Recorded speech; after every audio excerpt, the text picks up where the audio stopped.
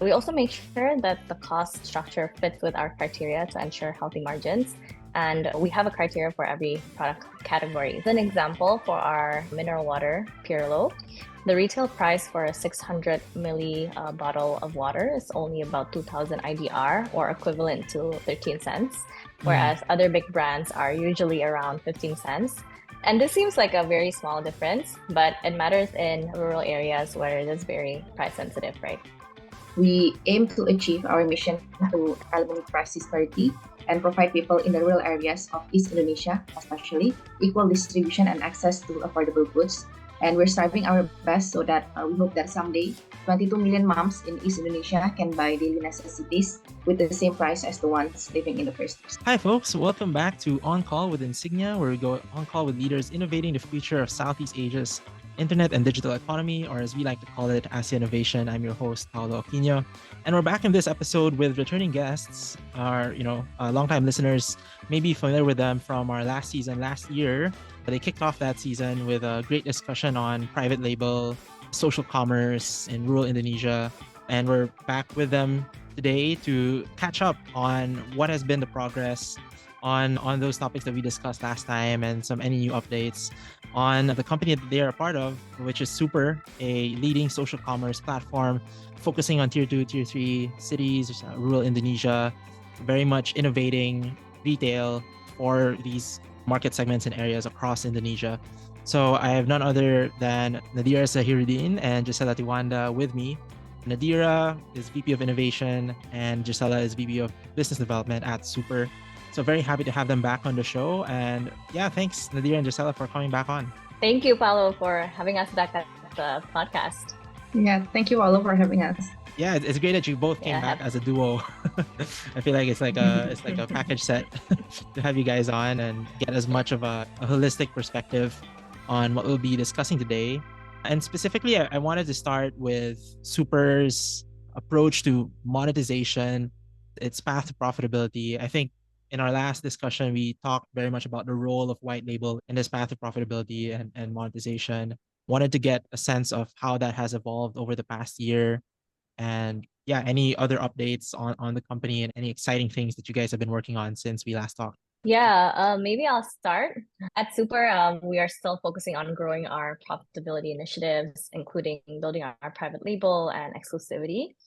I would say that now we are focusing more on diversifying our portfolio with emphasis on high margin products. Mhm. Our private label has been growing significantly. We have more than 15 products in our portfolio now, and our private label revenues and margins have also grown more than 4x in just a year. And moreover, we actually just acquired a skincare company called Tratu Beauty. So very exciting things now at Super. We're also actually growing our exclusivity as well. Our exclusivity has grown 2x since last year, and currently we have about 21 exclusive principals in diverse categories that are top performing GMV at Super. And again, we want to emphasize these categories that are top GMV contributors at Supers, but also have high margins, which with exclusivity, the margins can go to 2x till 5x higher. Yeah, I just wanted to add on, we have another initiative that is in its very initial stages. So as the one leading the innovation team, I'm working closely with the C-levels to build a new stream that could potentially fuel the growth and be a profit generator for Super. So I can't disclose much yet, but stay tuned for more updates on that. Oh, a teaser, I see. So if you guys want to know what that is, I guess you have to apply to Super and find out yourselves. I'll leave a link in the podcast description for you guys to get connected and find out what that is. But yeah, we did talk about, I think, out of the verticals, cosmetics was a huge focus of our discussion last year. And you did mention acquiring that beauty brand. I think specifically for cosmetics, I wanted to focus on how that potential has led to this acquisition of that brand, as well as what are other verticals that you guys have discovered that have really shown to be of great potential in terms of growing Super's business. So as mentioned, we have just acquired Taratu, which is an affordable skincare brand focusing on acne-prone skin. And it actually has been interesting to see their growth in the business over the last year. They have grown to 3x in just 1 year. This brand actually has a big potential in the skincare market. And our team is dedicated in maximizing this potential by leveraging Taratu's existing channel, as well as looking at new avenues that can escalate this growth further. And we are confident that Teratus can thrive, and we are very committed in growing Teratus significantly. And other than the health and beauty category, for our private labels, we are still focusing on daily goods, snacks, and drinks as well. For daily goods, we have like rice, cooking oil, wheat flour, and crispy flour. And for snacks and drinks, we have a combination of mineral water, soda, flavored drinks, and also spicy and salty snacks. But daily goods is more of a volume play, while snacks and drinks have higher margins. So we have seen breakthroughs with our daily goods products. They are now sold in well-known supermarkets like hotels and restaurants in East Java, well-known mini markets as well. So it's really exciting to see the growth. And then our snacks and drinks are still fairly new. However, it is very promising. Last month, we have actually doubled the revenues. So we're betting on our snacks and drinks to boost our profitability further. That's quite interesting that you've invested in all these different categories with different objectives, different motivations for each. Like you mentioned, snacks being a lot more high margin and trying to explore different types of distribution for those products. Whereas I think the more FMCG type or daily goods products are a bit more in the core distribution channels that Super already has. And then, of course, you have your skincare brand that you just acquired, which is definitely an interesting play. I wanted to get into, as a follow-up question, how Super, because for these brands, they've already existed prior to you working with them for these exclusivity brands and brands that you acquire. So I was just curious to know how Super works with, how does it, I guess, change or improve maybe the distribution or the reach of these brands before and after you guys partner with them as through exclusivity deals or acquiring them? When we're exclusive, we actually get a certain areas that are only for Super, right? On exclusive for Super. And when we're exclusive, we also have higher margins, but we also have expectation that the supplier has for us. So the difference will be that first, when we're exclusive, we can actually distribute the products more focused because we have a agent that are product focused in distributing the products. The products can actually reach a higher and bigger audience rather than when we were just not having an exclusive partnership with them. And second, as the margin is higher, we have more room to actually create probably like more promotions and programs that actually can also boost our sales. Do you want to add something, Nadira? Yeah, maybe more on the acquisition side. So, of course, these brands have their own channels. And when we acquire a brand, basically what we do is we already have an ecosystem, right? Right now, we already have more than like 48,000 agents while we're operating in East Java and South Sulawesi, where we already have the distribution channel as well. So when we acquire the brand, we basically pump that brand, grow it in our ecosystem because we already have it. And some of them also, when we look at the brands, they haven't maybe operated in the areas that we cover. So once we acquire, we already have this supply chain that basically can help them grow further in our channel. Yeah. Yeah, I think it was important for our audience listening in to actually make that link between this portfolio that you're building as well as the infrastructure that Super has built over the years and really see how that's being leveraged to grow a lot of these brands that you've struck up deals with or acquired. And I also wanted to know about what has been the biggest challenge and learning from the challenge when it came to really building out this portfolio. You have a mixture of acquisition, exclusivity, plus brands that you're also developing from scratch, right? So how do you balance the growth and the focus and the priorities and all the resources that you have in order to really grow this portfolio? Yeah, for private label, the biggest challenge for us has been growing market share of products and categories where they already have a lot of large existing players within the market that are already top of mind for consumers, especially for snacks and drinks. We learned that for daily goods, consumers are less loyal to one specific brand. For example, it's not as hard to switch the rice brand that consumers buy. But for snacks and drinks, it's a whole different game. So it is harder to basically acquire more market share for snacks and drinks. So right now, our focus is more towards building and boosting that snacks and drinks because they also have higher margins. So that's more aligned with our objective to basically increase our margins overall. So yeah, we're aiming to grow our snacks and drinks categories further. To add on, I'll probably talk about the challenge we face for exclusivity.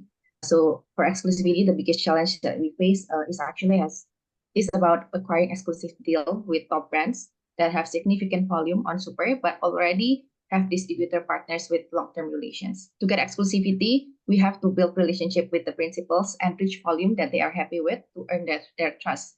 And sometimes it can take years to do that, but it also has been exciting to see what we have built and to see that our volume and traction has grown and more principals have reached out to us to explore this partnership. Yeah, I think it's really interesting how the dynamics can be very different depending on how the brand was sourced, and also the challenges are very different. One thing I wanted to focus on is pricing as well, especially I guess for the exclusivity brands, the products are already, you already have set pricing and all of that.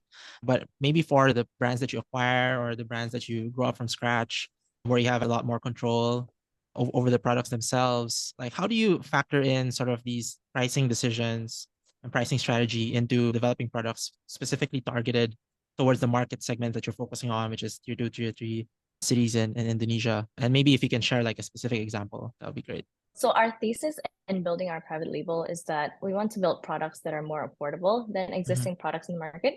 And we do this by partnering with local manufacturers. So we make sure that the price is competitive in the market. We do FGDs to test how consumers react to the pricing. We do competitive analysis as well, where other channels sell these brands as well. But we also make sure that the cost structure fits with our criteria to ensure healthy margins. And we have a criteria for every product category. As an example, for our mineral water, Pirlo, the retail price for a 600 milli bottle of water is only about 2,000 IDR, or equivalent to 13 cents, whereas other big brands are usually around 15 cents. And this seems like a very small difference, but it matters in rural areas where it is very price sensitive, right? Additionally, in terms of pricing, since Super processes a vast amount of data, we can see what products and pricing works best in our market. And that's also usually how we decide which products we'll develop next and which pricing category we want to tackle. Yeah, I think it's interesting that pricing also has an impact on what you guys decide next to develop or focus on. Yeah, just to add, yeah, we basically make sure when we want to partner with a certain manufacturer that we have a threshold of pricing that we can accept for certain categories. And if that manufacturer cannot fit that cost structure that we want, which is the criteria that I mentioned, then we move on and try to partner with other manufacturers, or we look at the next category that we can essentially. Yeah, and I think that you guys are able to do that a lot better because you have such visibility over distribution and over the supply chain that these products go through, and the added costs after they go out from the manufacturer. And yeah, 2,000 IDR for a 600 ml. Yeah, that's pretty cheap, even compared to bottled water here in Manila. Yeah, so that's yeah, you have to interesting. come to Indonesia sometimes. Yeah, maybe Paulo. I should. That's one thing. If I go to Indonesia, I'll just buy a lot of bottled water and bring it and back bring home. back to the Philippines. Yeah.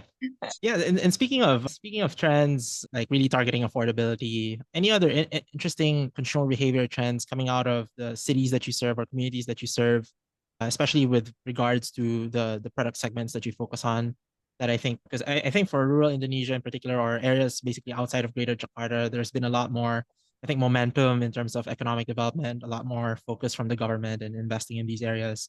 So how has that impacted consumer behavior from your point of view? Yeah, one of the interesting consumer trends that we have noticed is that there is an increasing disposable income in Indonesia in general, and then complemented with the rise of social media, especially TikTok, and the high volume of product marketing that is placed on the platform, I think really help with the growth of certain categories, such as health and beauty, first and foremost. We also see powder drinks and all the other like snacks as well that are also up and coming, which I believe we have leveraged in these categories. Just to add on, the rise in social media is really big actually in Indonesia, including in the smaller areas, right? Social media has really given the rise to the popularity of certain categories, as Nadira mentioned, especially cosmetics and skincare. And this has, with social media, these products has been really popular, especially towards younger generations. And so we adequately respond to this trend by supplying these products to our agents in the areas where there is still lack of access to these goods in a timely manner.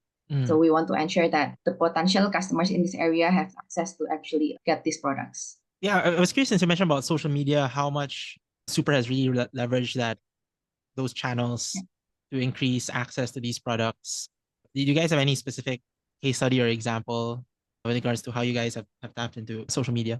Yeah, so probably if we talk about the cosmetics industry, Mm, cosmetics is pretty big on TikTok these days, right? yeah. So with the rise of cosmetics, I can say we're probably like cosmetics marketing in TikTok.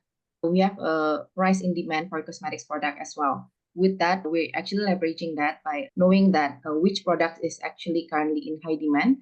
We make sure that we can partner with the brand and then we can actually supply that products to the customers in the areas that we actually distribute or the areas where we are available.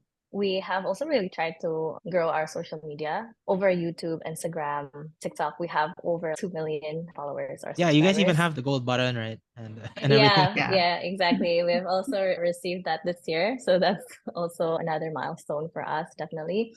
And yeah, we leverage as we launch new products, for example, we tap into the social media channels that we have. So it really helps with the growth of our products too. And I think like with how TikTok has made a lot of moves last year in Indonesia, and you guys are certainly embracing the whole like social, it started as social commerce and there's group buying, but also social in terms of there's a social media. So I think that's also interesting for Super's own progress as well.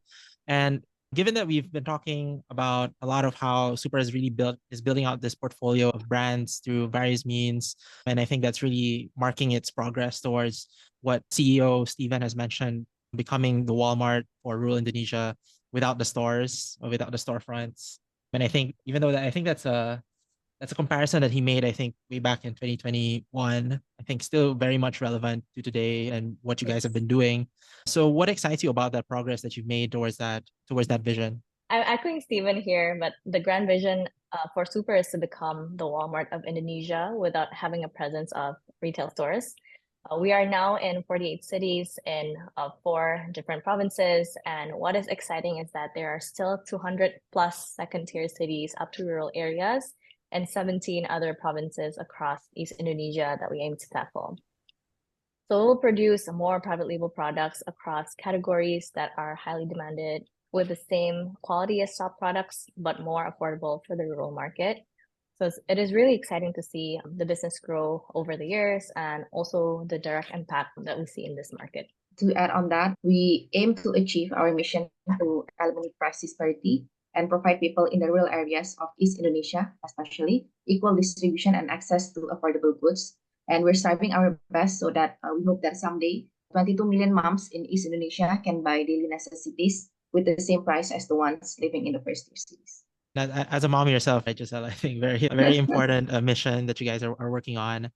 And I wanted Yeah. to expand that impact that you guys are having from the ground level, which you've alluded to, really what Super's impact is on the larger scale of Indonesia's economy, which is very much on the rise. And what does Super's work mean as well for other emerging markets? And especially since I would think that Super is also setting a new standard for how social commerce can be done in rural areas as well for other emerging markets. With this mission, Super contributes significantly to the Indonesian economy in terms of market access and also income generations in rural areas. With Super, communities in the rural areas are now able to access essential goods that are more affordable and can spend more money on other things that is probably like more important, such as like their kids' education. Right. Super also enables individuals in rural communities to generate additional income by buying goods from our platform and selling them to their neighbors. And this extra income is not only help to improve the livelihoods of the individuals and the families, but also contributes to poverty reduction and economic empowerment, especially in the rural areas that we're serving on. And to address the second part, Super definitely plays a significant role towards commerce in emerging markets through inclusive growth and market innovation. E-commerce penetration in Indonesia is currently only about 5% and largely concentrated in tier 1 cities, whereas Super's model demonstrates how technology and innovation can facilitate inclusive economic growth by extending commerce opportunities to underserved populations in emerging markets. And this inclusivity helps reduce socioeconomic disparities and promote more equitable development. And Super success in Indonesia also showcases the potential for innovative business models to thrive in emerging markets because we don't see a lot of that, right? That tackles the tier 2, tier 3 or emerging markets. By leveraging technology to overcome traditional barriers to commerce, Super sets a precedent for other businesses to also adopt similar approaches and tap into the underserved market opportunities. Yeah, so I think so far we've had I think a really informative discussion about Indonesia, especially for those who are learning about Super for the first time on our show, and really the work that you guys are doing in terms of increasing access to goods, lowering down the cost of these goods, especially in tier 2, tier 3, tier 4 cities across Indonesia. And there's still a lot more cities, as you've mentioned earlier, that you guys haven't covered and are aiming to reach. So I think from my point of view, it seems like you guys already have like some sort of playbook down, and it's really a matter of scaling that out to more areas across Indonesia. So on that note, I wanted to wrap up this first part of our conversation. To those tuning in, if you want to hear part 2, be sure to subscribe or follow us, get notified on part 2, where we'll get to learn more about both Nadira and Gisella as leaders and how they've developed as leaders since our last conversation. If you want to know how they joined Super, actually, definitely recommend our last conversation as well, where we talk about that. But in the meantime, thanks again for joining us in this call, and we'll see you guys in the next one.